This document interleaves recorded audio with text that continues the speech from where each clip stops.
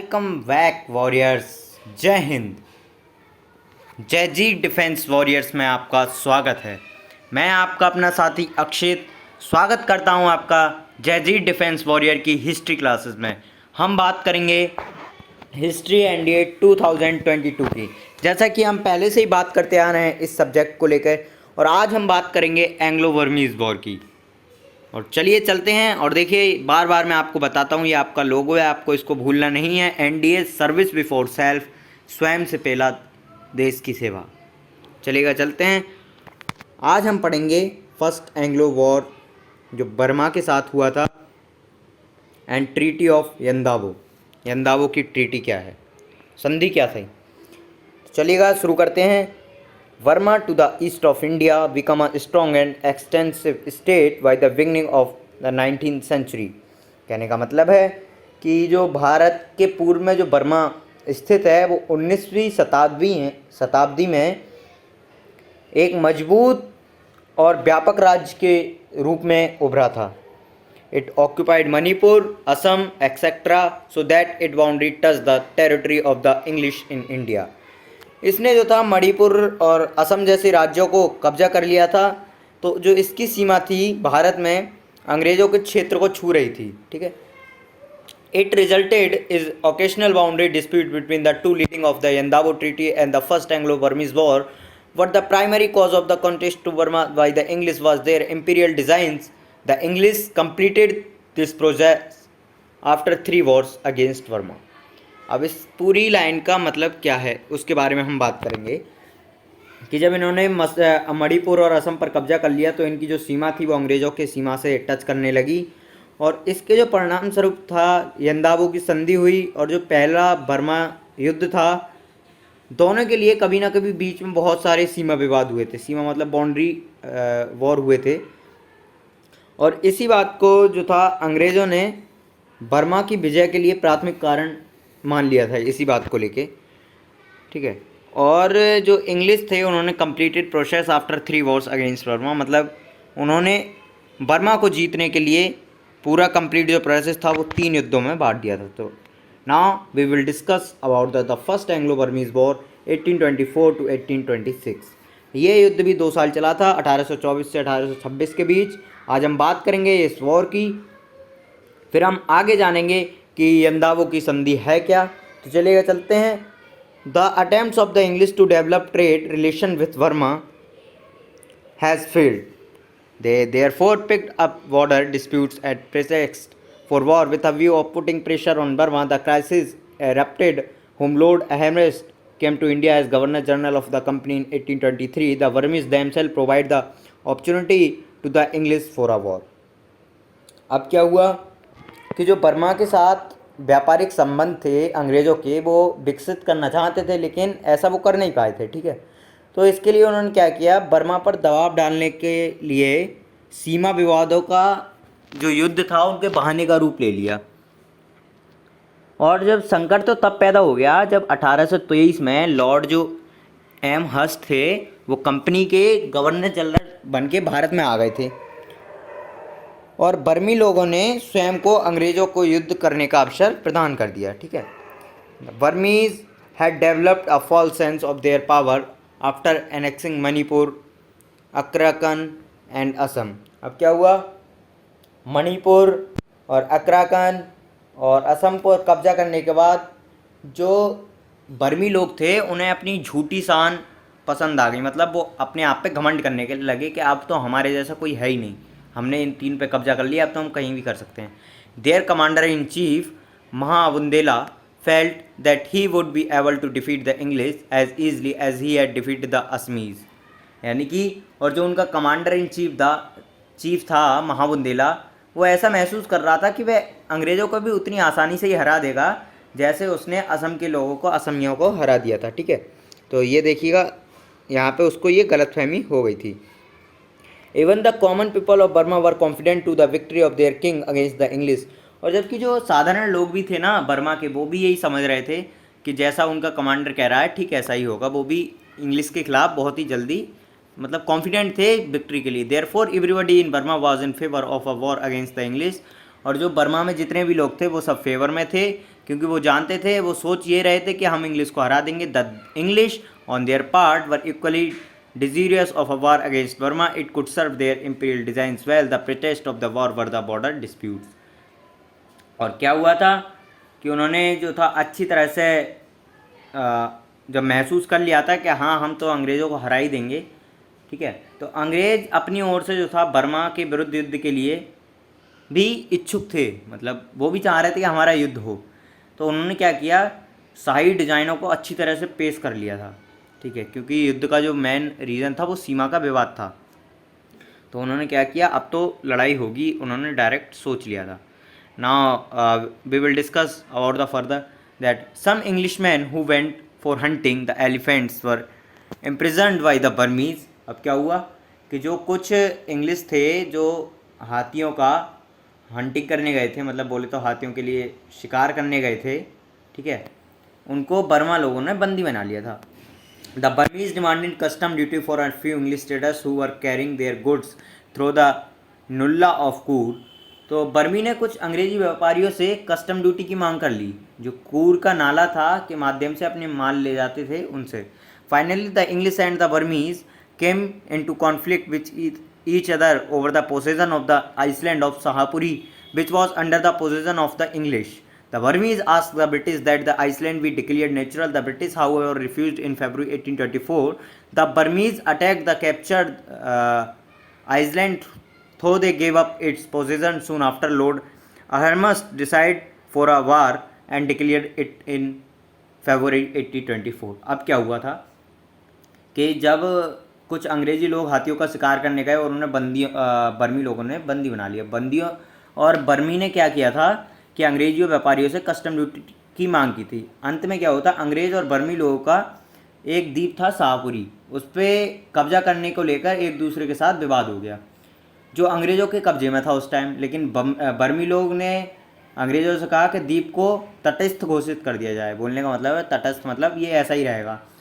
लेकिन उसके बाद जो था अंग्रेज़ों ने इनकार कर दिया और फरवरी 1824 में जो बर्मी लोग थे उन्होंने द्वीप पर हमला कर दिया और कब्जा कर लिया। लेकिन उसके बाद क्या हुआ, उन्होंने जल्दी ही वो कब्जा छोड़ दिया था, क्योंकि लॉर्ड एमहर्स्ट जो थे उन्होंने फरवरी 1824 में युद्ध का फैसला कर दिया और इसकी घोषणा कर दी थी, ठीक है। तो जो बर्मी लोग थे उनको उससे कब्जा हटाना पड़ा था। और now talking about the treaty of Yandabo, कि यंदावो की ट्रीटी है क्या, आज हम बात करेंगे यंदावो की ट्रीटी को लेके, ठीक है, क्योंकि ये एक ट्रीटी थी जो बर्मी के द्वारा हुई थी, बर्मी और अंग्रेज़ों के बीच में।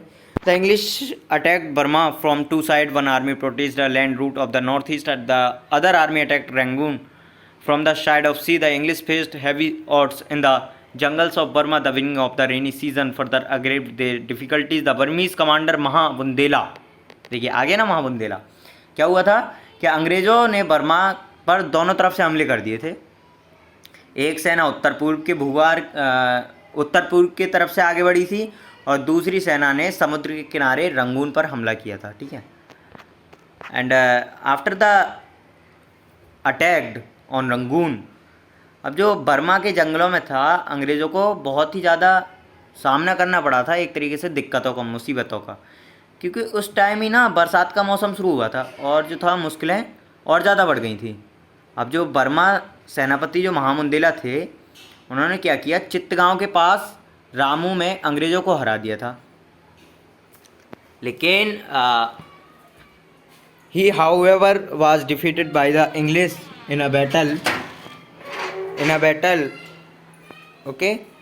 सो English could not move further because of the heavy rains and the breakout of epidemic. Mahabundela was recalled by the king of Burma in the south. He, however, was defeated by the English in a battle of December 15, 1824. The English conquered Assam in 1825 and moved forward from Rangoon.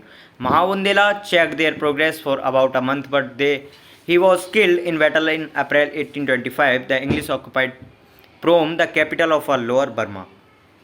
अब इसका पूरे का कहने का मतलब है कि लेकिन दक्षिण में जो मई 1824 में युद्ध हुआ था अंग्रेज़ों ने आसानी से मतलब रंगून पर कब्जा कर लिया था।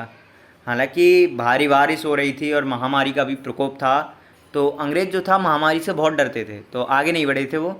और दक्षिण में क्या हुआ था, बर्मा के राजा जो था महाबुंदेला को याद किया था दक्षिण ने।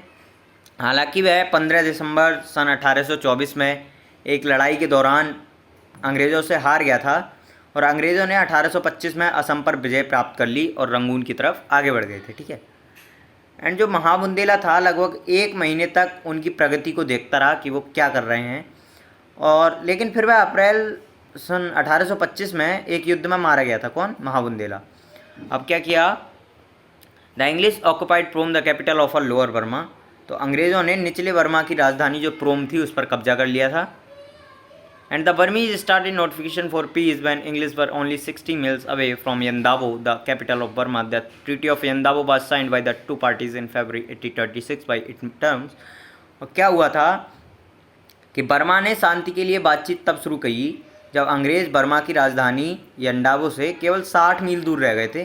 तो बर्मा ने क्या किया कि भाई अब संधि कर लीजिए, और उसी टाइम यंदावो की संधि पर फरवरी 1826 में सिग्नेचर किए गए। ठीक है। और इसकी शर्तें क्या थी, आइए शर्तों के बारे में हम जानते हैं थोड़ा। Burma gave up all it claims over Assam, Cachar and Jaintia. Burma ने असम, कछार और जैंतिया पर अपने सारे दावे छोड़ दिए थे। इट सरेंड आकरण ये तोए मैरवी एंड तेनारिज्म टू द इंग्लिश। इसने अराकान, ये तवाय, मैरुगुई और तैनोसेरिम को अंग्रेज़ों के हवाले कर दिया था। It accepted Manipur as an independent state and agreed to acknowledge Gambhir Singh as it's ruler. इसने क्या किया, मणिपुर को एक स्वतंत्र राज्य के रूप में स्वीकार कर लिया और गंभीर सिंह को, मतलब जो गंभीर सिंह के, उनको शासक के रूप में स्वीकार कर लिया था। It agreed to pay a war immediately to ₹1.5 crore to the English. और क्योंकि जैसा कि मैंने आपको बताया था कि अंग्रेज़ों का जब भी युद्ध होता था तो वो अपनी जो सेना की क्षतिपूर्ति हुई है उसके लिए पैसे लेते थे। तो बर्मा लोगों ने 1.5 करोड़ रुपये अंग्रेज़ों को देने के लिए कह दिया था कि आपकी जो क्षतिपूर्ति हुई है उसके लिए। Both party accepted each other as friends, agreed to dispute the receive each other ambassadors and also to enter into a commercial treaty. अब क्या हुआ, दोनों पक्षों ने एक दूसरे को मित्र के रूप में स्वीकार कर लिया था, मित्र बन गए थे। एक दूसरे के लिए राजदूतों की प्रतिनियुक्ति और प्राप्त करने के लिए एक वाणिज्य संधि में भी प्रवेश करने के लिए संयुक्त हो गए। वाणिज्य मतलब कॉमर्शियल एक तरीके से बोले तो। Now we will discuss about the cause and result of the first Burmese war. The English certainly got many advantage from this war. They gained extensive territories in the north east. It afterwards give them the faculty to conquer Burma, but the causes of the war and the way it was planned by the English have been seriously criticized by the majority of historians. अब क्या हुआ था, जो कारण और परिणाम क्या थे, इस युद्ध में जो था अंग्रेज़ों को बहुत सारे लाभ प्राप्त हुए थे। ठीक है। उन्होंने उत्तर पूर्व में अपना व्यापार क्षेत्र बढ़ा लिया था, बाद में बर्मा पर भी विजय प्राप्त कर ली थी। लेकिन युद्ध के कारण ना था, जो अंग्रेज़ों ने जिस तरह से इसकी योजना बनाई थी युद्ध की, उस तरह से जो अधिकांश इतिहासकार हैं ना, उन्होंने उनकी गंभीर आलोचना की है। आलोचना मतलब बुराई की है। The war was not properly planned, therefore the English suffered both in the man and material. The expedition which dispatched in almost entire ignorance of the topography of the country to which it was proceeded and without adequate preparations for securing supplies. As regard the Burmese, they of course fought valiantly, but in no way were they a match to the English. अब जब युद्ध की योजना ठीक नहीं थी, इसलिए अंग्रेज़ों को सेना में भी नुकसान उठाना पड़ा और फिजिकली रूप से भी नुकसान उठाना पड़ा। अभियान को मतलब उस स्थल कीर्ति के बारे में पूरी तरह से जानने नहीं थे अंग्रेज। ठीक है, जहाँ उन्हें आगे बढ़ना था। और क्या हुआ कि जो अपनी आपूर्ति हासिल करने के लिए उन्होंने बिना तैयारी के बर्मी के साथ जो संबंध थे वे ख़त्म कर दिए। एंड वे बेशक बहादुरी से लड़े, लेकिन वे किसी तरह से अंग्रेज़ों से मेल नहीं खाते थे। Regarding causing of the first Anglo Burmese war, every अनरेज historian by had conclude the in English had no just. चलिए अब मैं ये आपको पूरी एक कहानी के रूप में बताता हूँ इसमें हुआ क्या था। ठीक है, सुनिएगा, आपको शायद अच्छा लगे। और आपको वीडियो अच्छी लग रही हो तो लाइक कीजिए, शेयर कीजिए, सब्सक्राइब कीजिए हमारे चैनल को। ठीक है, तो अब क्या हुआ था कि जो इनके इतिहासकारों ने निष्कर्ष निकाला था कि अंग्रेज़ों के पास युद्ध की घोषणा करने का कोई उचित कारण नहीं था, या बर्मी लोगों ने अंग्रेज़ों को शाहपुरी द्वीप से एक तटस्थ मैदान नहीं दिया था, या फिर और सारे भी कारण थे। ठीक है, तो बर्मी लोगों को ये शिकायत करना भी उचित था कि अराकनी ने अंग्रेज़ों के क्षेत्र पर जो हमला किया था इसलिए रोका जाना चाहिए था। ठीक है, जो एक आक्रमण हुआ था अराकनी पर क्षेत्र पर, उसको रोका जाना चाहिए था, लेकिन ऐसा नहीं हुआ। यहाँ तक कि भारत सरकार ने भी कंपनी के निदेशकों को एक पत्र लिखा था सन 25 दिसंबर 1825 को कि युद्ध के कारण जो कमज़ोर थे बर्मा लोग, लेकिन बर्मा के साथ युद्ध की किसी भी समय होने की उम्मीद थी, और ये उस समय लड़ा गया जिस टाइम को सबसे उपयुक्त माना जाता था। कहने का मतलब है अंग्रेज़ों ने बर्मा वॉर शुरू किया था। बर्मा के लोग बहुत ही ज़्यादा कॉन्फिडेंट थे, ओवर कॉन्फिडेंट थे कि वो अंग्रेज़ों को जीत लेंगे, लेकिन ऐसा कुछ नहीं हुआ और उन्हें मात खानी पड़ी। ठीक है, बर्मा जो लोग थे उनका जो पहला वॉर था उन्हें अंग्रेज़ों के द्वारा मात खानी पड़ी। नेक्स्ट वीडियो में हम बात करेंगे सेकंड एंड थर्ड वॉर की। तब तक के लिए बने रहिए हमारे साथ। अगर वीडियो आपको अच्छी लगी तो लाइक कीजिए, शेयर कीजिए, सब्सक्राइब कीजिए, कमेंट कीजिए और जुड़े रहिए जयजी डिफेंस वॉरियर के साथ फॉर हिस्ट्री एंड ये क्लासेस। चलिएगा, मिलते हैं नेक्स्ट वीडियो में जहां हम लेके आएंगे आपको Burma second war, Burma third war. तब तक के लिए ख्याल रखिए अपना, खुश रहिए। जय हिंद, जय भारत वॉरियर्स।